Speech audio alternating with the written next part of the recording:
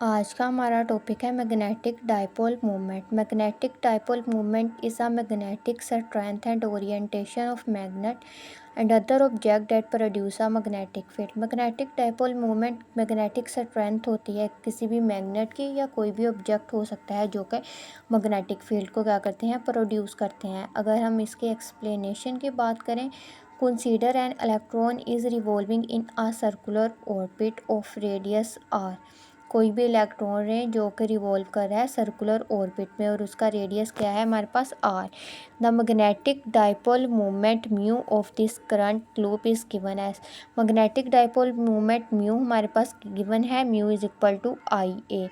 जो ए है हमारे पास वो क्या है, area of enclosed by the orbit and I हमारे पास है इफेक्टिव करंट। आई की हमें वैल्यू है हमारे पास ई बाई टी। ई हमारे पास है इलेक्ट्रॉन, टी है हमारे पास time.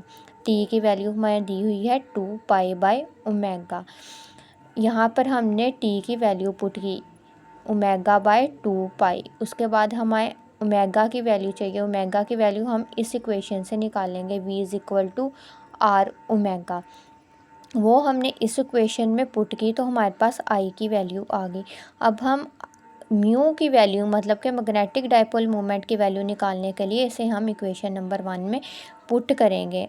E V A over 2 pi R. A जो है हमारे पास एरिया की वैल्यू हमें पता है क्या होती है, पाई आर स्क्वायर। वो हमने इधर पुट की तो हमारे पास म्यू की वैल्यू आ गई। उसके बाद हम देखेंगे orbital angular momentum of electron का ऑर्बिटल एंगुलर मोमेंटम क्या है, L is equal to m v r. तो हम इलेक्ट्रॉन की बात कर रहे हैं तो हमने एम के साथ क्या लगा दिया, ई। उसके बाद हमने इस इक्वेशन को इक्वेशन नंबर 3 में पुट कर देना। इक्वेशन नंबर 3 कौन सी है, ये वाली म्यू, इसमें हम पुट कर देंगे तो हमारे पास इसकी वैल्यू आ जाएगी। मैग्नेटिक डाइपोल मोमेंट जो है वो डिपेंड करता है एंगुलर मोमेंटम में। एंगुलर मोमेंटम की वैल्यू है mu L is equal to e over 2 MEL। तो इधर से हमने एल इधर डिवाइड कर दिया, ई ओवर 2 ME आ गया। जो हमारे पास म्यू एल ओवर एल है वो हमारे पास इक्वल होता है जी के। जो जी है वो हमारे पास है गायरोमैग्नेट रेशो जी। इसे गायरोमैग्नेट रेशो कहते हैं। G is equal to mu L over L. इसका मतलब होता है ratio of magnetic movement and angular momentum is called gyromagnetic ratio G के हमारे पास ये वैल्यू आ गई। उसके बाद हम वेक्टर फॉर्म में लिखेंगे, वेक्टर फॉर्म म्यू एल। इसको हमने वेक्टर फॉर्म में लिख दिया। उसके बाद हम लिखेंगे magnitude of magnetic moment. Magnitude हम फाइंड करेंगे, म्यू एल की हमें वैल्यू पता है, ई ओवर 2 MEL लिखा है।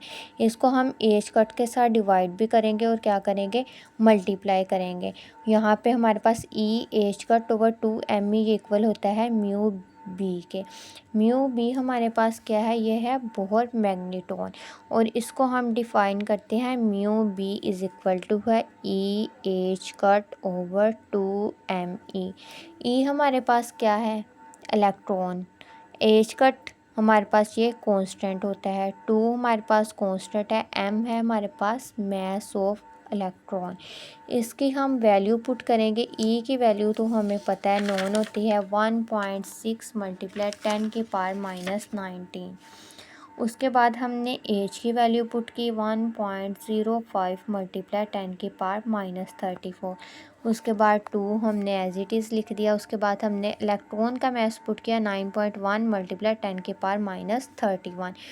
तो हमारे पास म्यू बी की वैल्यू ये हमारे पास आ चुकी है, वो है 9.2 मल्टीप्लाई 10 की पावर -24 जूल पर टाइम।